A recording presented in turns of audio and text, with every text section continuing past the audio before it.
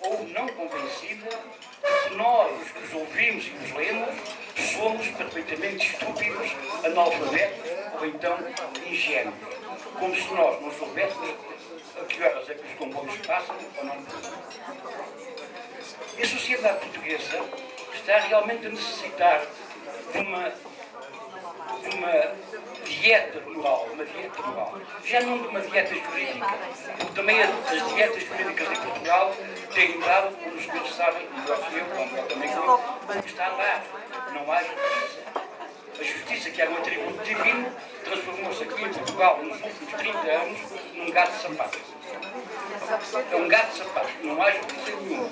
Não diz que há justiça para os pobres e para os ricos, não há justiça absolutamente nenhuma. Vivemos numa injustiça. E a injustiça começa quando eles proclamam. Despediu-se do Papa, pedindo ao Santo Papa para rezar para Portugal, e 2 dias depois aprovou o veto não pôs o veto sobre o casamento homossexual. Independentemente da nossa opinião sobre esse casamento, a atitude dele é uma atitude de quem se adequa, se ajusta à situação, mais do que é o dedo do tal antigo homem do leme que pode apontar horizonte, um novo horizonte para o país. Depois, o professor Cavaco Silva, além de ser o puro representante da Europa do Norte, aquela Europa tecnológica, Europa burocrática, Europa fria, Europa racionalista, contabilista, aquela Europa que o professor Agostinho da Silva dizia que era um armazém de secos e molhados, não sei se recordam, além de ser o puro representante dessa Europa, o professor Cavaco Silva é uma pessoa ignorante. Isso é, para mim, fundamental. Nunca pensei que um candidato à presidência da República, com exceção do Dr. Mário Soares, soubesse como tinha morrido o filho do primeiro vice-rei da Índia, Dom Francisco de Almeida, soubesse o nome dele, soubesse o sítio onde morreu e soubesse a modo como morreu, e até soubesse, imaginem, o nome da batalha, que é a Batalha de Shaul, a Batalha de Yu também, que mudou totalmente a face, não só do Império Português, como mudou a face do mundo. É a primeira grande batalha moderna ou globalizada, digamos assim, ou ocidentalizada. Neste sentido, não é possível apoiar Cavaco Silva porque é um economista fraco, conhece os rácios, os déficits, os superavites, conhece os cash flow, conhece as contas bancárias, mas não conhece mais do que isso. Mas também não é possível apoiar Manuel Alegre, por muita consideração que tenha por ele, e peço imensa desculpa ao Pinheiranda Gomes, quem sou um discípulo e um respeitoso admirador, mas ele tem 2 grandes livros de poemas que marcaram a poesia portuguesa. A Praça das Armas, e tem Nossa Senhora, ou a Senhora das Tempestades. É um poeta com forte predomínio étnico. Mas Manuel Alegre representa o passado de Portugal. Era isso que eu queria dizer. Não se pode apoiar Manuel Alegre pensando no século XXI. Manuel Alegre é tudo o que ficou traumatizadamente recalcado após a perda do Império. Manuel Alegre é a imagem do socialismo que se quis fazer, da igualdade, da liberdade, e não se fez conduzindo este neoliberalismo absurdo que existe. Manuel Alegre representa o passado. Cavaco Silva representa o futuro da contabilidade, o futuro das finanças, não mais do que isso. O Sr. Fernando Nobre, em princípio, representará aquele futuro que o Agostinho da Silva tanto desejou, que o Padre António Vieira tanto desejou, baseado na abastança, no amor e na liberdade. Muito obrigado. Representar Timor. Estou aqui a representar duas associações.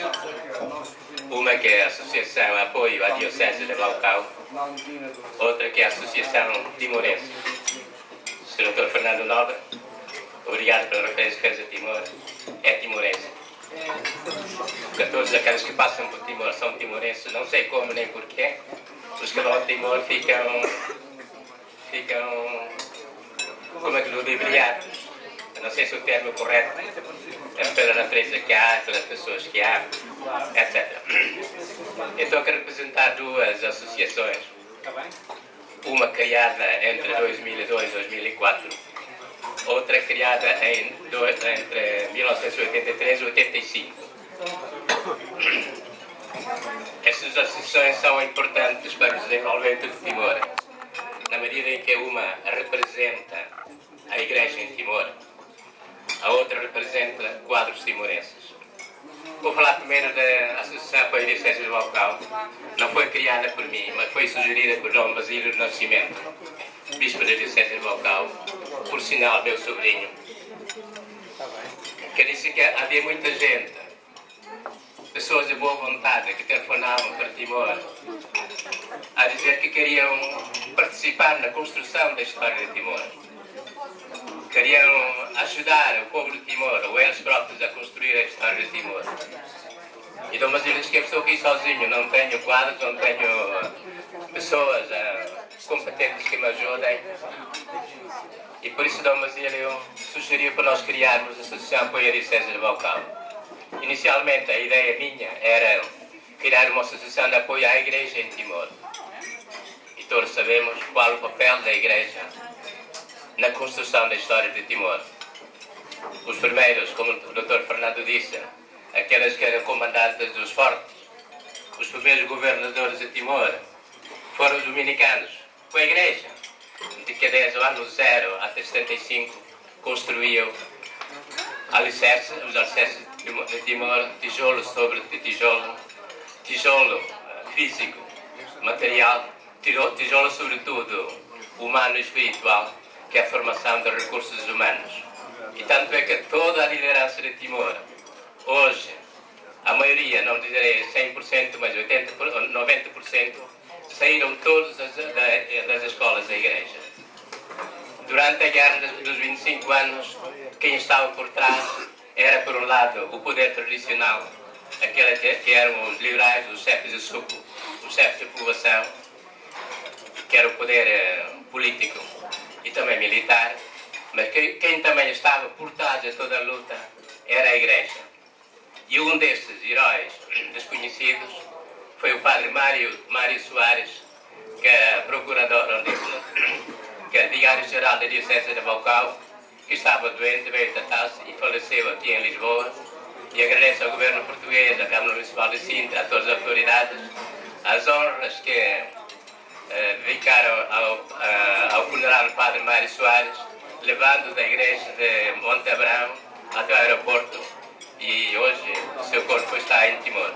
Então conhecemos todos o que a igreja fez em Timor, e a Associação Apoio à Diocese de Baucau é precisamente isto: apoio à igreja em Timor, mediatizado pela Diocese de Baucau, na medida em que as outras dioceses, a Diocese de Dila não está muito bem estruturada, a nova Diocese de Maliana precisa de apoio, e tenho todo o prazer em vos anunciar que vi anteontem, no projeto político do governo de Timor, o governo de Timor está a apoiar a construção das igrejas, as infraestruturas da Diocese de Maliana, a Diocese criada muito recentemente.